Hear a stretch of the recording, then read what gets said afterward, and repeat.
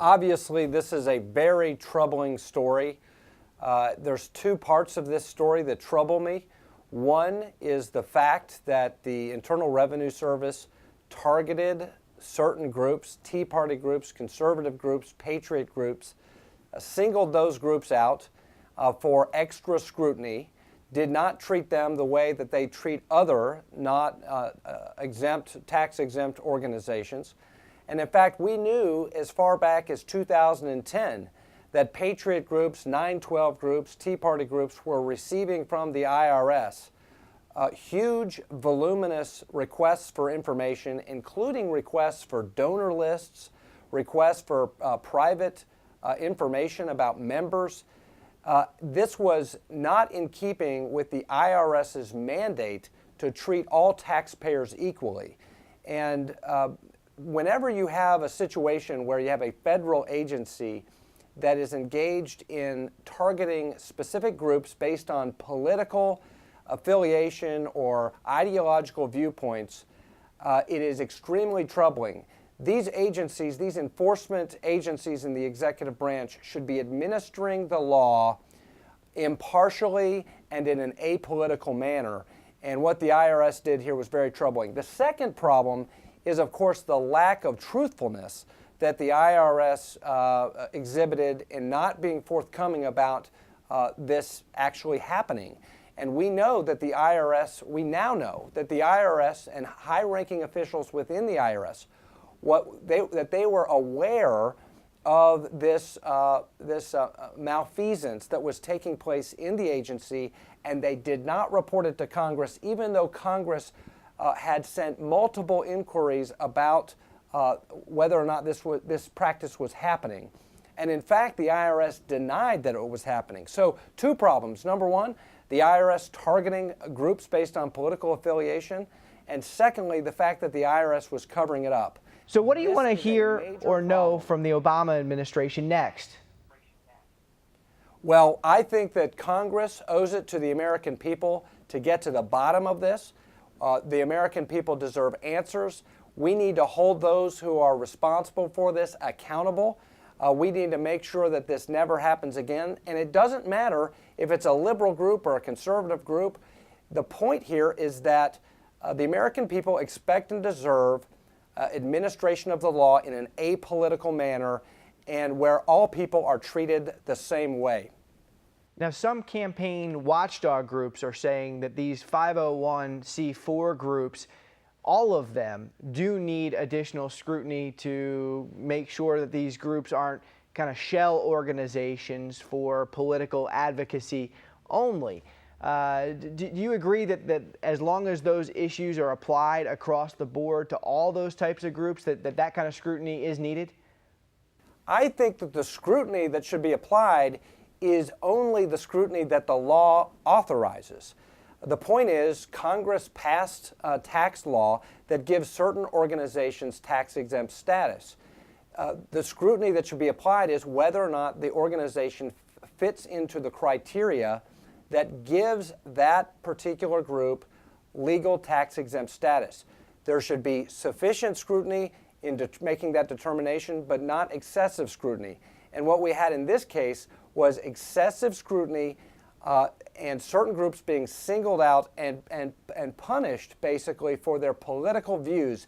This is not in keeping with the traditions of an open and fair democracy, and I think Congress owes it to the American people to hold the IRS and the administration accountable for this kind of bad behavior. And of course, coming on the heels of this IRS investigation or revelation is, of course, the news that the AP, the Associated Press, was actually the victim of the Justice Department getting all this information about who reporters were calling and their phone records, personal cell phone records. Is this an overstep of the U.S. Justice Department, Congressman? Well, it sure looks like it. Of course, these are early reports on this issue, but what we're seeing with Benghazi, with the IRS scandal, and with the AP scandal, what we're seeing is an administration that is engaged in hyper-political activity when it should not be. It seems to me that everything this administration does is politically motivated when politics should have nothing to do with providing security to our consulate and to our foreign service officials overseas, particularly in dangerous places like Benghazi and in Libya. Politics has no place in the impartial administration of our tax code, and politics certainly has no place in terms of targeting journalists, exercising their First Amendment freedoms in terms of covering an administration. So it looks like this administration, and what's most troubling to me is that this administration on virtually every issue seems to politicize these important issues. Well, the AP is saying they think that the investigation, or what the Justice Department is doing, is investigating leaks within the justice community, that the AP reported a terrorist plot that was foiled last May, and they think that's what this is due to. Of course, a lot of Republicans, your fellow Republicans, criticize the Obama administration for leaking that stuff, and this investigation comes evidently in response to that. So is there a little bit of hey, they're darned if they do, they're darned if they don't going on? Well, look, we're going to get to the bottom of this Justice Department issue as well as the IRS scandal. But what concerns me is you have a Justice Department that's monitoring the phone calls of reporters. It looks to be a highly politicized Justice Department here, monitoring just basic reporting of Justice Department activities. So I'm not going to call it political retribution because we don't know all the facts. But if that's what it is, it certainly should be stopped and never happen again. Well, Congressman, as I understand U.S. Justice Department rules, the Attorney General would have to sign off on any subpoena regarding a reporter. So in that case, do you hold Eric Holder particularly, specifically responsible for this, and should he resign? Well, no, we've got to look into this. I think Congress needs to get more facts. I think we're a little bit further down the road with the IRS issue, and we have a little less information on the Justice Department. So I'm not going to comment until I have all the facts on the issue related to the Justice Department. But what we know so far is that the Justice Department was monitoring the phone calls of these reporters.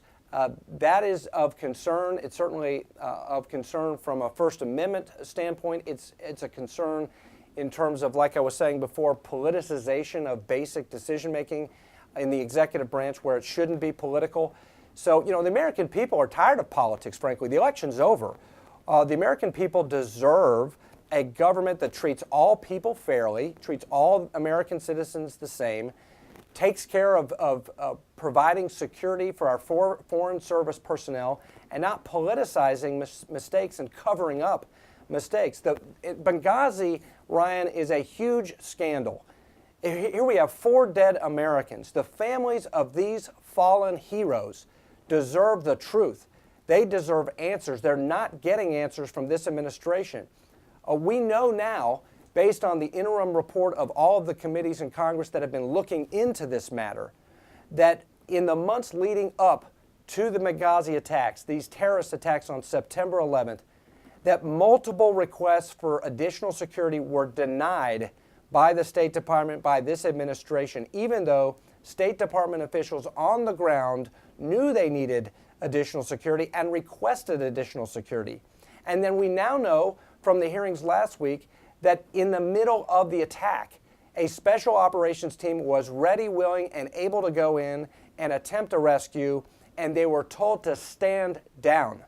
The families of Christopher Stevens, our ambassador, the families of all of our personnel in Benghazi, they deserve the truth. They deserve to know why additional security was not provided.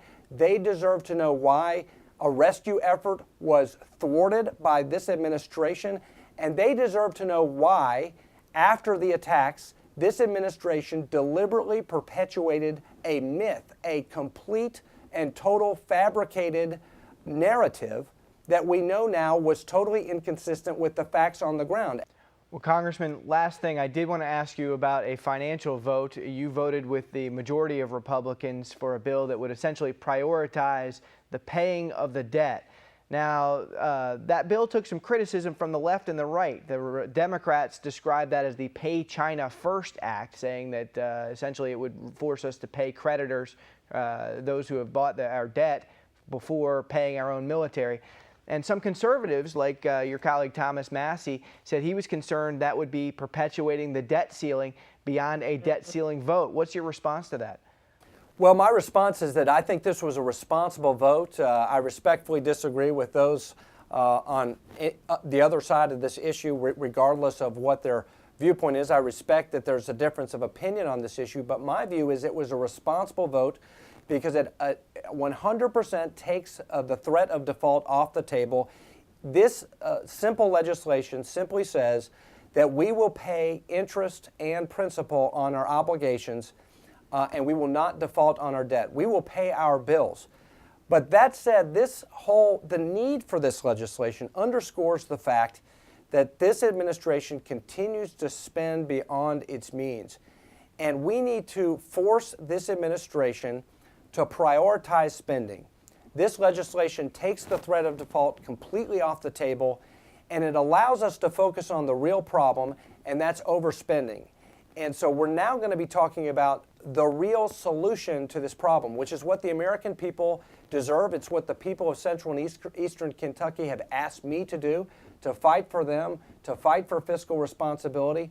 And we're going to be focused now not on the threat of default, but on reforming government to reduce spending, to prioritize within a budget, just like working families do across this country every single day.